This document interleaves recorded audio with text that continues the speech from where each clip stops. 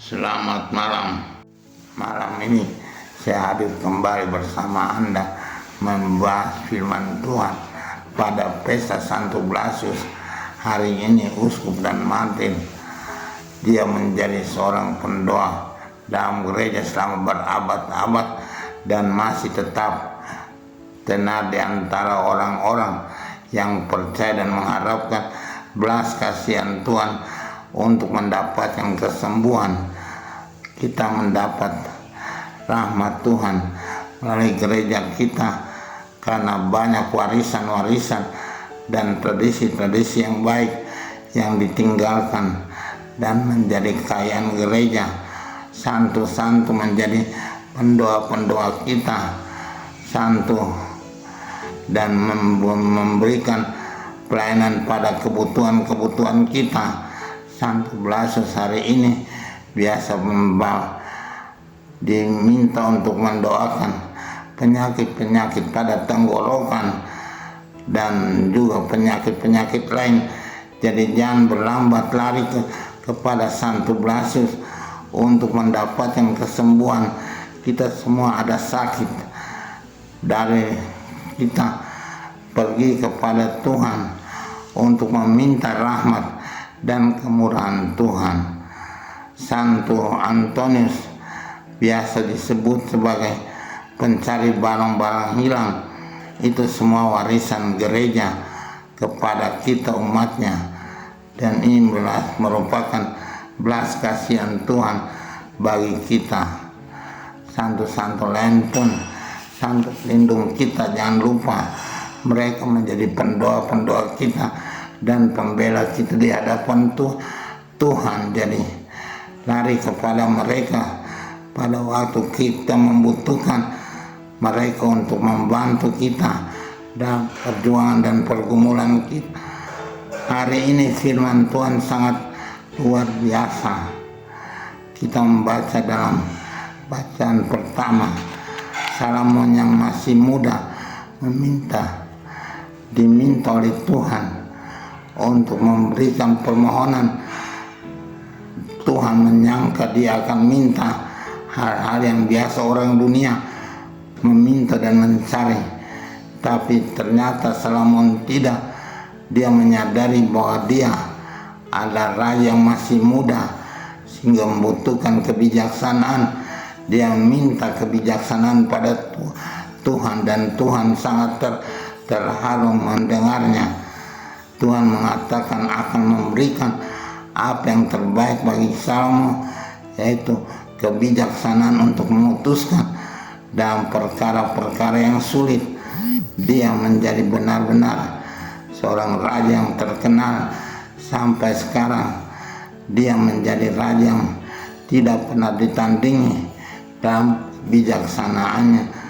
Itu menjadi warisan bagi kita. Dalam bacaan pertama kita menemukan rahasia itu dari kitab Raja-Raja. Kita melihat juga dalam bacaan Injil hari ini Tuhan Yesus mengundang murid-murid untuk beristirahat. Ada kebenaran-kebenaran yang ditemukan dalam bacaan itu. Pertama, para rasul bekerja sangat keras sehingga makan pun tidak sempat. Tiap-tiap hari mereka berbuat sesuatu untuk Tuhan, bekerja di ladang Tuhan dengan tanpa lelah. Itu sikap yang baik dari semua pelayan Tuhan. Sikap yang tidak boleh bermalas-malas, tidak boleh tinggal diam, tidak boleh melewatkan kesempatan, tapi selalu siap sedia untuk melayani Tuhan, melakukan kebaikan-kebaikan bagi sesama. Setiap pelayan Tuhan harus mempunyai sikap kesiapsediaan itu. Tidak pernah boleh tinggal berlipat tangan dan membiarkan kesempatan yang baik berlalu. Selalu makan pun tidak sempat. Ini Tuhan tahu. Tuhan tahu akan kebutuhan kita. Makanya waktu para rasul pulang, dia mengajak para rasul berangkat untuk beristirahat. dan mereka memang menyeberang. Tetapi lihatlah, waktu mereka tiba ternyata banyak orang sudah mendahului mereka di seberang itu. Yesus melihat bahwa banyak orang seperti anak domba-domba tanpa gembala, dan Yesus tidak membiarkan itu. Yesus mau menyapa mereka dan mengajarkan mereka, memenuhi kebutuhan mereka. Itu sikap Yesus, itu sikap Tuhan yang baik, yang selalu memperhatikan kita semua dalam hidup ini. Kita tidak pernah lupa bahwa Tuhan itu baik sekali kepada kita manusia pendosa ini. Jadi mereka punya maksud untuk beristirahat, tetapi karena banyak orang berkumpul, Tuhan tidak membiarkan.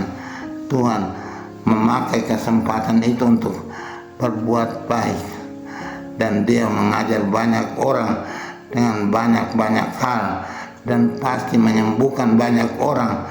Dia bekerja lagi kembali, bukan beristirahat berlipat tangan. Dia tidak mengusir orang-orang itu pulang atau mengatakan saya tidak punya waktu untuk kalian. Dia selalu punya waktu untuk kita semua.